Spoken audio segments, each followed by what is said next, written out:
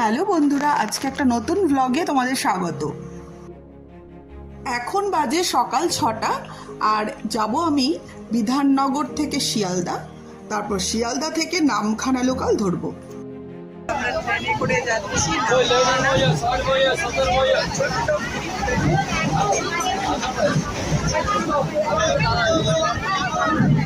ঘন্টা ধরে ট্রেনে থাকার পর পৌঁছে গেছি নামখানা।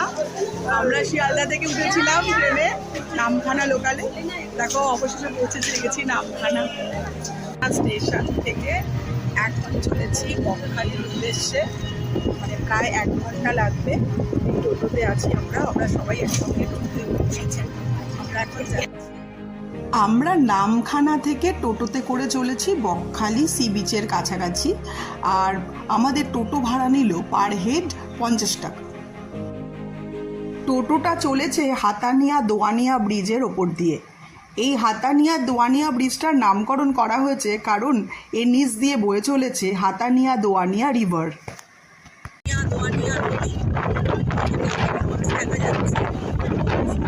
গ্রামের মধ্যে দিয়ে রাস্তা, খুবই সুন্দর। দেখো রাস্তার পাশে কত গাছ আছে, সুন্দর লাগছে।